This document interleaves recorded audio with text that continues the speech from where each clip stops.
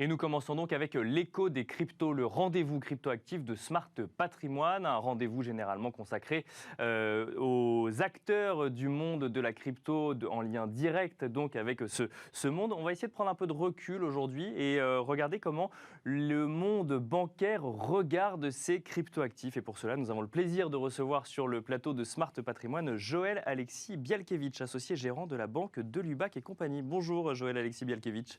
Bonjour. Bienvenue sur le plateau de Smart Patrimoine. Mais donc, vous êtes banquier, c'est votre métier traditionnel depuis toujours. Tout à fait. Depuis 1924 en fait. Depuis 1924, donc pour la banque de Lubac et compagnie, vous avez vu cette finance décentralisée émerger, le Bitcoin émerger également. Avant de rentrer réellement dans la stratégie de la banque de Lubac et compagnie sur le sujet, puisque vous vous intéressez de très près à ces sujets-là, peut-être un mot sur la réaction du secteur bancaire, la vision du secteur bancaire sur ces crypto-monnaies et ces crypto-actifs?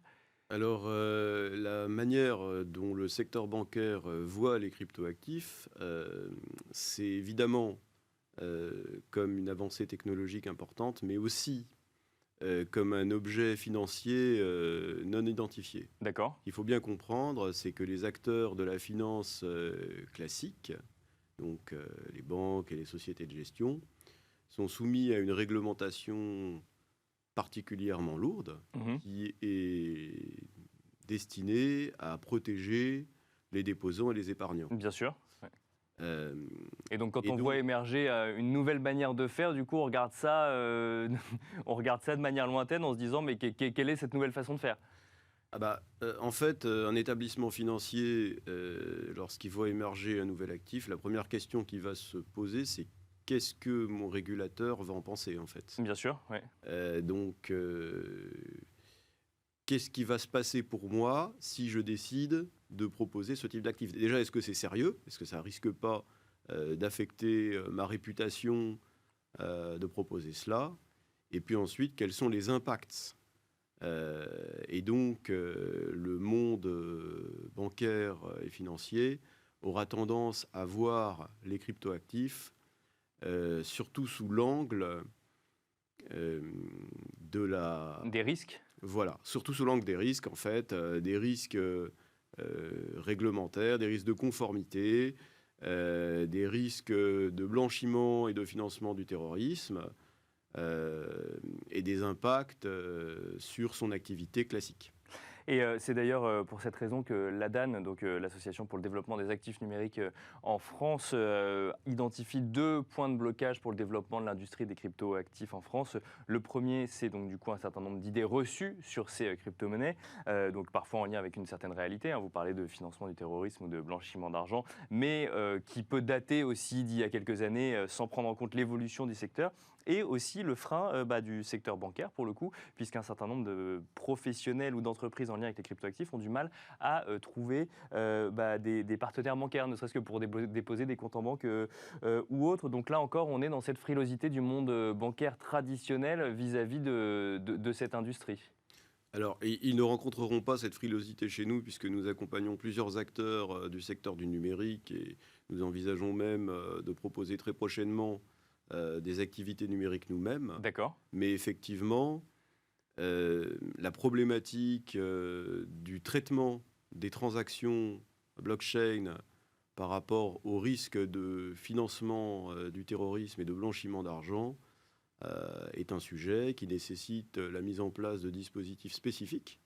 Et même si il est inexact que la blockchain est un outil qui permet de contourner toutes les réglementations, il n'empêche que pour prévenir ce contournement, eh bien, ça ne se fait pas tout seul, en fait. Bien sûr. Les banques ont des dispositifs de prévention du blanchiment, qui sont des dispositifs qui fonctionnent pour la finance classique et qui doivent être adaptés aux actifs numériques, qui doivent être adaptés d'un point de vue technique, pour pouvoir notamment contrôler de manière automatique les historiques de transactions, puisqu'un des avantages de la blockchain par rapport à la lutte anti-blanchiment, c'est bien... On a un suivi précis de toutes les transactions, pour le coup. Tout à fait, tout à fait. Après, bon, sans rentrer dans les détails, ça dépend. Il existe des blockchains qui permettent de les camoufler. D'accord. Okay.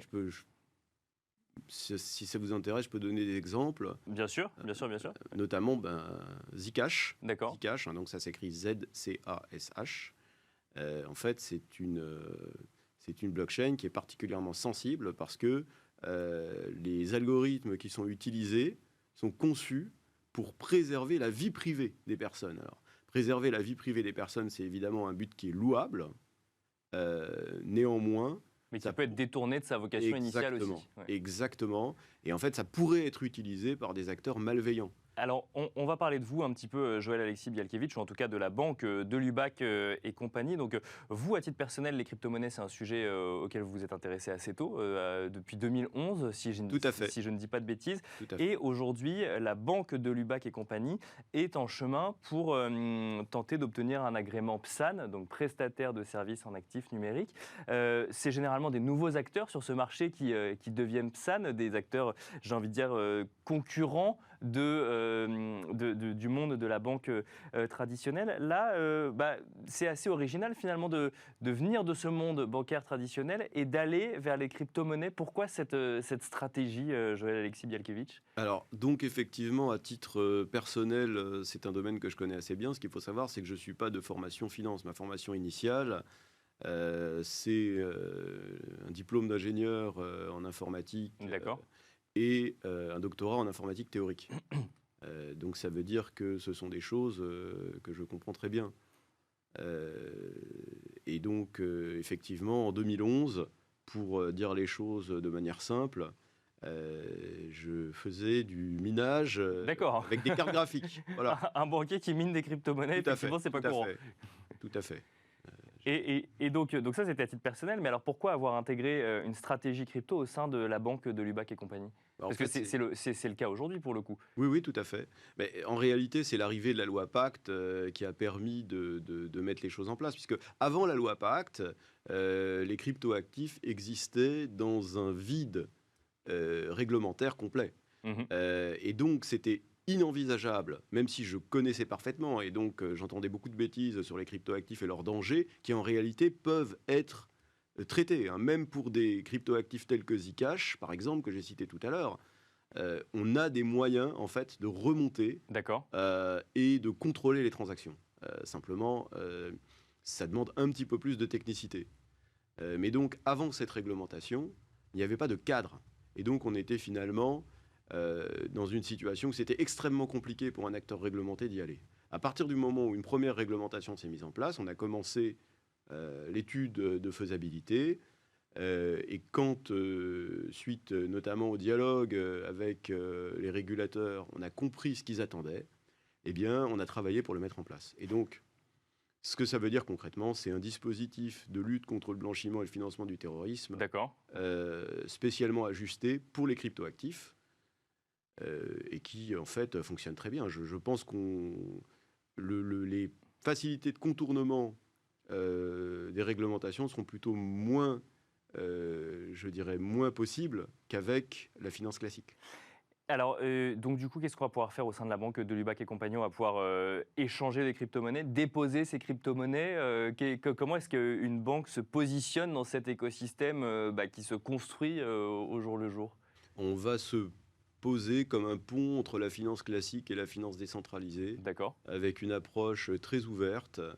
Nous allons proposer des outils. Nous accompagnons déjà plusieurs acteurs de la finance décentralisée pour s'adapter à la réglementation.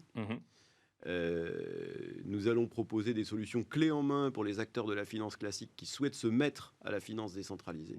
Donc vraiment des solutions où nous assurons tous les aspects techniques et nous les formons pour leur rôle dans les aspects conformité, mais aussi nous fournirons les outils techniques qui leur permettront de les respecter sans avoir des mois et des années de développement nécessaires pour ça, que nous avons déjà derrière nous.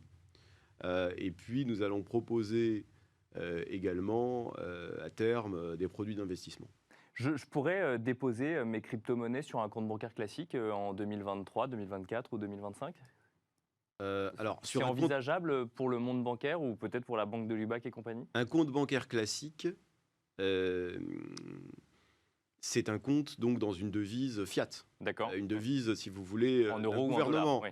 Donc de toute façon, un compte en cryptoactif ne sera pas, entre guillemets, un compte bancaire classique. D'accord. Par contre, ce qui est tout à fait envisageable, et je dirais dès l'obtention de notre enregistrement, puisqu'il ne s'agit pas précisément d'un agrément, mais d'un enregistrement à ce stade, Bien sûr. ce qui est tout à fait envisageable, c'est de nous confier des cryptoactifs qui pourront être utilisés, y compris si vous souhaitez, si vous trouvez, bon, ce sera difficile, hein, mais si vous trouvez un restaurateur qui accepterait. On pourra payer avec ces crypto-monnaies également, c'est ce que vous nous dites, avec ce compte hébergé au sein de votre banque. Tout à fait, tout à fait. Vous pourrez faire de la même manière qu'effectivement c'est moins commode qu'avec la finance classique dans un premier temps, hein. Bien sûr. Après, les dispositifs techniques vont arriver. Mais en tout cas, effectivement, de la même manière que dans un restaurant, si vous trouvez un restaurant qui accepte d'être payé par virement, aujourd'hui, vous pouvez faire un virement instantané pour payer, eh bien, vous pourrez de la même manière faire un transfert de crypto s'il souhaite accepter d'être payé de cette manière-là. Voilà. Une dernière question rapidement, Joël-Alexis Bielkiewicz, il nous reste quelques secondes. On a évoqué un certain nombre d'idées reçues sur les crypto-monnaies, mais il y a effectivement cet aspect réglementaire très fort. Il y a ces questionnements autour de contournement de réglementation, de blanchiment d'argent, de financement du terrorisme ou autre. Quand on est banquier, on ne peut pas se permettre de prendre le moindre risque vis-à-vis de ce genre de sujet.